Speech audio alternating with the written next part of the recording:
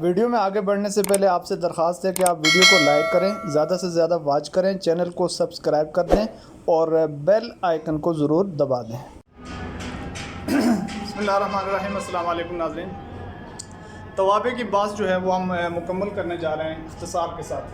تو تیسرے نمبر پہ تاکید، اور اس کے مطبوع کا نام مؤکد ہے۔ ہر ایک کے مطبوع کا اپنا نام ہوتا ہے، جیسے صفت کا جو مطبوع ہے اس کا نام موصوف ہے اور یہاں مؤکد اسے کہتے ہیں۔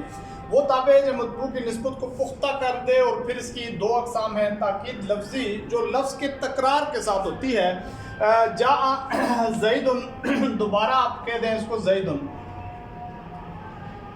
تو لفظ کا تکرار آ جائے تو اس میں تاکید لفظی ہوتی ہے۔ تاکید مانوی چند الفاظ سے ہوتی ہے۔ نفس عین، یہ تینوں کے لیے استعمال ہو سکتے ہیں، واحد کے لیے، تثنیہ کے لیے، جمع کے لیے۔ کلا کلتا جو ہے آپ دیکھ رہے ہیں یہ صرف تثنیہ کے لیے استعمال ہوتا ہے، یہ مذکر کے لیے اور یہ مؤنث کے لیے۔ کلن اور اجمع جو ہے یہ واحد اور جمع کے لیے ہوتے ہیں، تثنیہ کے لیے استعمال ان کا نہیں ہوتا۔ کچھ کے صیغوں میں اور ضمیروں میں تبدیلی بھی آتی رہتی ہے، تثنیہ کے لحاظ سے، واحد اور جمع کے لحاظ سے۔ ابتو جو ہے یہ اجمع کے تابع ہی رہتے ہیں، اس سے پہلے بھی نہیں آ سکتے اور اس سے اجمع کے بغیر بھی نہیں آ سکتے۔ سجد الملائکۃ کلہم اجمعون وغیرہ ان کی صیغے تبدیل ہوتے رہتے ہیں۔ تو بہرحال یہ تاکید ہے، مختصر آپ سمجھ لیں۔ زیدن جو ہے اس کو مؤکد کہیں گے، دوبارہ زیدن اگر آگے تاکید کے لیے تو اسے تاکید کہہ دیتے ہیں۔ بدل اس میں بڑا خاص ایک یعنی کہ عنوان ہے۔ بدل وہ تابع ہے جو مطبوع کی نسبت کی طرف جو نسبت ہو رہی ہے وہی تابع کی طرف ہو، اور وہ خود نسبت میں مقصود خود ہو۔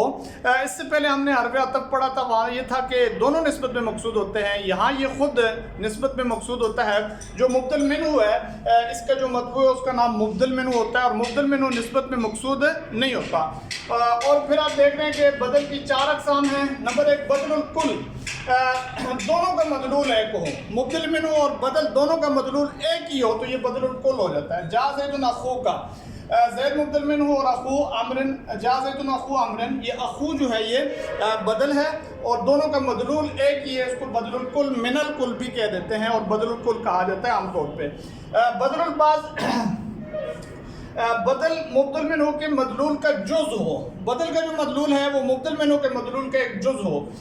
ضربت زیدا رأسہ، میں نے زید کو مارا یعنی اس کے سر کو، تو سر جو ہے وہ زید کا ایک جز ہے، ایک حصہ ہے، اس وجہ سے اس کو بدل البعض کہہ دیتے ہیں۔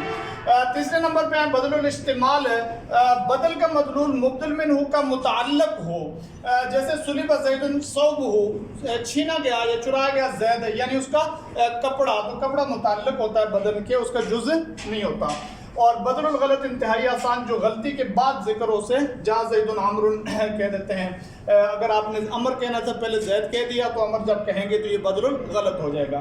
اور 5ویں نمبر پہ ہے عطف بیان ہے، اور اس کا جو مطبوع ہوتا ہے اس کا نام مبین ہوتا ہے، مبین عطف بیان، جو صفت تو نہیں ہوتا مگر مطبوع کو واضح کر دیتا ہے، اور 2 ناموں میں سے مشہور نام ہوتا ہے۔ بعض دفعہ آدمی جو ہے وہ نام سے مشہور ہوتا ہے، اس کی آپ کو نیت ذکر کریں گے کوئی نہیں پہچانے گا، پھر نام ذکر کرنا پڑے گا۔ اور بعض دفعہ آدمی کو نیت سے مشہور ہوتا ہے، پھر جب آپ نام ذکر کریں گے کوئی نہیں پہچانے گا تو نیت ذکر کی جائے گی تو پہچان ہو جائے گی، اس کو عطف بیان کہہ دیتے ہیں۔ تو یہ اختصار کے ساتھ 5 اقسام توابع کی ہو گئی ہیں، اور توابع ختم ہونے کے بعد انشاءاللہ ہم اعراب پہ بحث کریں گے اور اس کی مکمل تفصیل کے ساتھ پھر ترکیب بھی ہوگی، اور یہ بحث ختم ہونے کے بعد مضارع اور اس کے بعد پھر دوسری اقسام فارسی ترکیب کی۔